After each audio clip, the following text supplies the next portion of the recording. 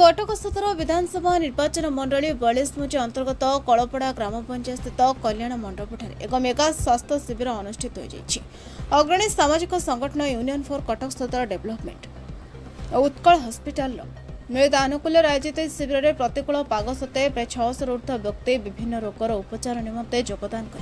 विभिन्न रोगर चिकित्सा वरिष्ठ डाक्तर मानू मागणारे परामर्श ग्रहण करते सहित 200 ऊर्ध्व चक्षु रोगी चक्षु विशेषज्ञों द्वारा निजर चक्षु परीक्षा कर मागणारे चषमा पाइबार सुजोग पाइथिले। उक्त शिविरटी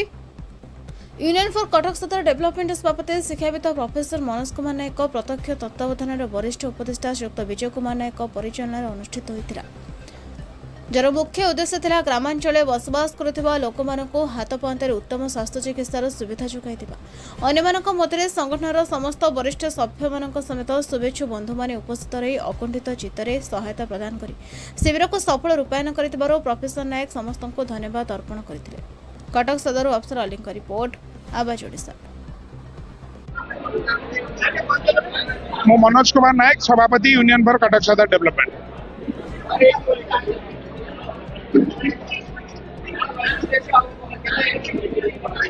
आगे यही स्वास्थ्य शिविरटा आमर उत्कल हॉस्पिटल सहयोग कर अभिज्ञ आई डॉक्टर मैंने अच्छा मेडिसिन डॉक्टर मैंने अच्छा कार्डियोलॉजी डॉक्टर मैंने अच्छा न्यूरोलॉजी डॉक्टर मैंने अच्छा ऑर्थोपेडिक डॉक्टर मैंने अच्छा स्त्री रोग विशेषज्ञ भी अच्छा विभिन्न क्षेत्र में सब परीक्षा कर ब्लड टेस्ट पीसीजी आई चक्षु चिकित्सा एवं मागणा चषमा भी वितरण कर आम आशा कर पाखापी 500 रु 1000 फुटबॉल आप 42 हजार सब 6टी पंचायत एवं पुराली आम खंडेता खलरदा सेकर साइड प्लस आम कंदरपुर जोन भी बहुत रोगी ये सका देखल आदि देखो लोक मैंने ग्रामांचल लोक मैंने जाकि मेडिकल जाकि टेस्ट करके डॉक्टर परामर्श नवा को भारी टे कुंठाबोध करती ब्लड प्रेशर आउ ब्लड शुगर एवं आई टेस्टिंग ईसीजी व्यवस्था अच्छी जदि ये किसी डायग्नोसिस है से भल हॉस्पिटल निजर चिकित्सा कराई पारे चक्षु रोग से टेस्ट सहित चषमा मागणा चषमा वितरण हो निःशुल्क। आमे आज आसचु एठी हमर कटक यूनियन तरफ हमर एठी 42 मौजा गाँव रे हमर उत्कल हॉस्पिटल तरफ गोटे कैंप आयोजित होईची। एठी हमर सब department neurology orthopaedics cardiology gynaecology and medicine सब डिपार्टमेंट तरफ कैंप कराईची एवं पेशेंट माननकु मागणारे मध्य कंसल्टेशन दिया होची ताकि पेशेंट मानकर जेकोसी भी प्रॉब्लम अच्छी से माने एठी सॉल्व करि परिबे ताकि बाय चांस जदि आउ किछि भी तांकर हायर सेंटर पई किछि ट्रीटमेंट दरकार हुए से माने चाहिले हॉस्पिटल मध्ये जाइके ट्रीटमेंट करे परिबे। आदर केते पेशेंट तथापि हराई हितले तथापि 500 ରୁ 1000 भीतर तो पेशेंट बहुत अधिक आसी चंदी आज ए शिविर केइटा रुकेटा आरंभ होई केतो एटा हमर 8 ରୁ 9 ରୁ अराउंड स्टार्ट हेची तो डिपेंड करछि पेशेंट भी बहुत अछंते से अनुसार 4टा 5टा मध्ये हेई पारे। सेमान को बहुत बहुत धन्यवाद कि सेमाने गोटे एमती कैंप अरेंज करचंती जोथि पई पेशेंट माने सेमान पई भी बहुत उपकृत हेबे एंड सेमानकर सब प्रकार ट्रीटमेंट संगठन ही सब प्रकार ट्रीटमेंट संभव हो पारे। सेटा सबुठो बड़ प्रयास कि ग्रामांचल कहीं ग्रामांचल लोक मानक एटा बहुत कष्ट कि सेमाने जाए सबु समय टाउन की प्राइवेट बड़ बड़ हॉस्पिटल ट्रीटमेंट कराइबा बहुत डिफिकल्ट तो ग्रामांचल भाया संगठन को धन्यवाद कि सेमाने एतकी प्रयोजन करछन कि तापई बहुत ग्रामांचल लोक एठी उपकृत हो पारे सब प्रकार ट्रीटमेंट मध्ये पाई पारिबे।